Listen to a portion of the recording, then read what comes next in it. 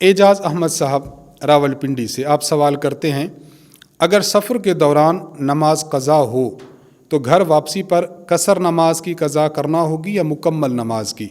मसलन एक शख्स की ज़ोहर की नमाज सफ़र में क़ज़ा हो गई, अब ज़ोहर की नमाज तो उस पर 2 रकत फ़र्ज़ थी, अब जब घर आकर उसे पढ़ेगा तो 2 रकत पढ़ेगा या 4 रकत पढ़ेगा, वजाहत के साथ इरशाद फरमा दें, जज़ाकल्लाहु खैरा।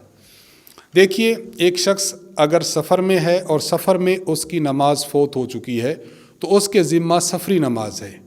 अब अगर घर पर आकर उसको अदा करता है तो ये सफ़री नमाज यानी 2 रकत अदा करेगा। और इसी के साथ ये भी समझ लें कि अगर एक शख्स की नमाज अपने मकाम पर अपने घर पर क़ज़ा हुई थी, घर पर क़ज़ा हुई तो इसकी ज़िम्मा 4 रकत है। अब ये सफ़र पर गया, सफ़र पर इसको कुछ फ़ुर्सत मिली तो इसने जो घर नमाज क़ज़ा हुई थी उसकी क़ज़ा करना चाहिए।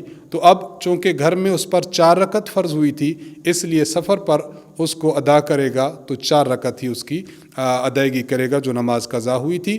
तो इन 2 बातों को अच्छी तरह समझना चाहिए।